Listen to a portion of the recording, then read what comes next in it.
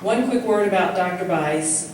Just so you know, I will let him share with you his background. He did step into the student superintendent slot on January 1st of this year. And I think I said before, he has made some very positive changes, in my view, in education in Alabama.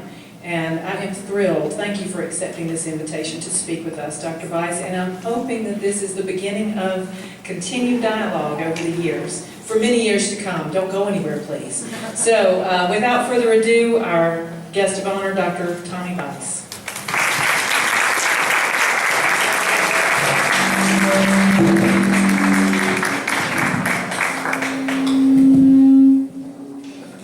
Miss Trish's I am too loud.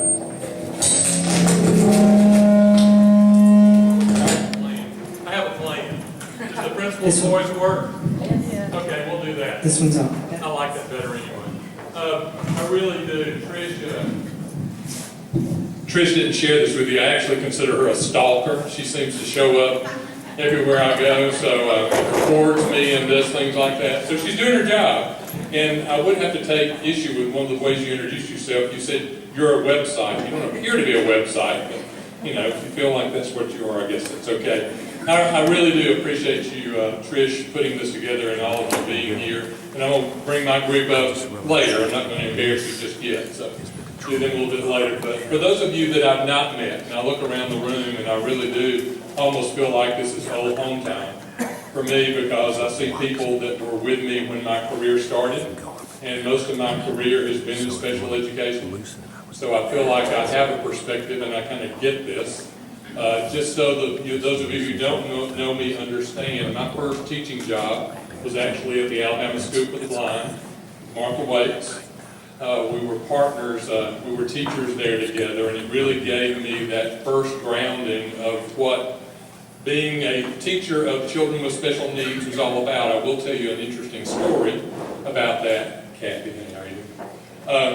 I didn't know Braille when they hired me at the School for the Blind, which I'm sure you would go, why in the world did they hire this guy if you didn't know Braille? But not a lot of people knew Braille back then, with my two Braille partners up here. So I'd go home at night with a Braille book and turn the lights off and get into bed and work on my Braille skills, trying to learn Braille, and I got pretty good at it. So I got to school about the third week of school, and I shared with my kids. I said, guys, I've really learned a lot. I've been learning Braille at night with the lights off. And they said, well, you know, Dr. Bice, that's not how sighted people read Braille, so you might want to rethink your process. Sighted people read Braille with their eyes, just like we read letters. A good learning experience from them. I went on from there, and I had the opportunity to get to know Gary Edwards, working with the Institute for the Deaf and Blind's Parent Infant Program, and I had a region in the central south part of the state through Auburn University where I went into homes with parents of multi-handicapped children that were deaf and blind and worked with them to try to enhance their ability to parent and get their kids ready for whatever formal school program might be available for them and the school systems there. I then had a chance to go back to school and got involved in autism, and met Barbara and several other folks, Kathy Staggs and others, when I went to work at the Ireland Center as the first state director of autism services back in the early 80s, in developing programs for residential and programmatic programs for severely autistic kids that were non-existent at that time. Followed that up with becoming the principal of Allencott School, which is a school that's residential for autistic children, and absolutely loved that experience, which led me up to probably the experience, and all these were wonderful, but the experience that really grounded my belief that all children can learn was not too far from here. When I left Allencott School, I was asked to go into inner city Birmingham, where I'm actually getting to spend some time, revisit time currently. Going to inner city Birmingham and work with the folks in Fairfield and Midfield and Birmingham to create one of the first inner city alternative schools for children that nobody wanted. I learned more, Judge Huff, you know these folks. I learned more from those 36 young men that I met through that experience than I did in any college course I ever took. They gave me these 36 guys that we had failed as an education system, And we had sent them to the juvenile system, and they had failed there. And regretfully, the way it works, and we're going to try to work on that, is when they don't do well in the juvenile system, they send them back to education, and we're supposed to do something else with them. So these 36, nobody really knew what to do with, nor did they want to do anything with them. So they gave them to me, gave me a little building away from everybody else. You know how they don't want the bad children close to the good children. And in the world I work in, they're all good children. Sometimes they just have bad circumstances. So they stuck us in a building off by ourselves. They gave, I was there for 3 years. My longest serving fellow employee was for 3 days. Because it typically wasn't the type of environment that people just ran to want to work. And the guys could be a little intimidating if you weren't ready for that. They equipped my building with a button that connected to the police department, so if I got in trouble, I could push the button and they'd send somebody, not really sure what for, because it would be after the fact. And, you know, that didn't cause me great comfort now that I actually think about it. But the day that my life changed as an educator, which I think is what I want you to hear, is one day one of the young men walked in. He had a huge knife in his hand, about this big. And he comes over and he stabs at the table where I'm standing, and he says, and I won't share exactly everything he said, but he said, we've got some things we need to talk about.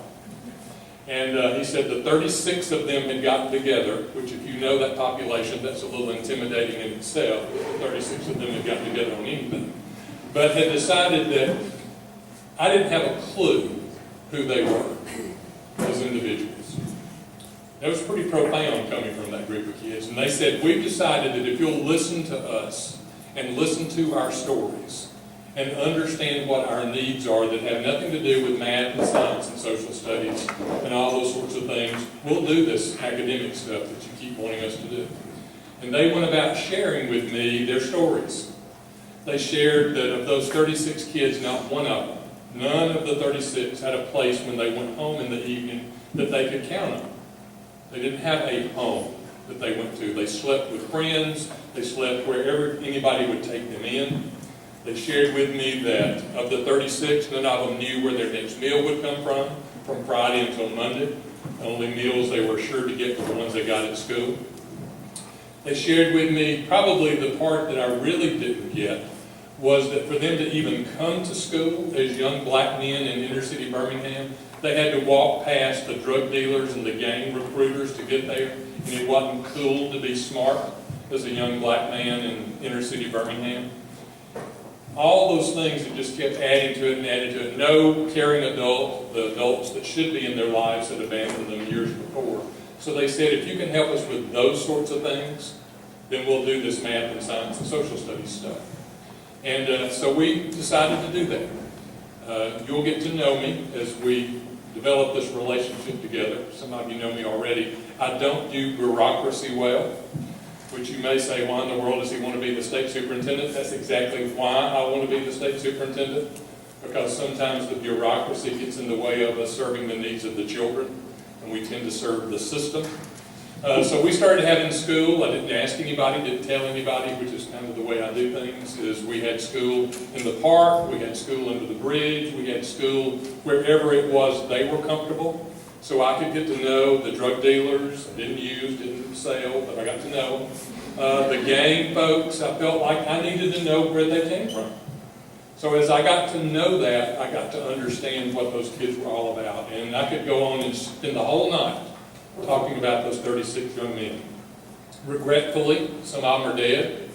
They were victims of the street. They went back. Some of them ended up incarcerated, but some of them made it.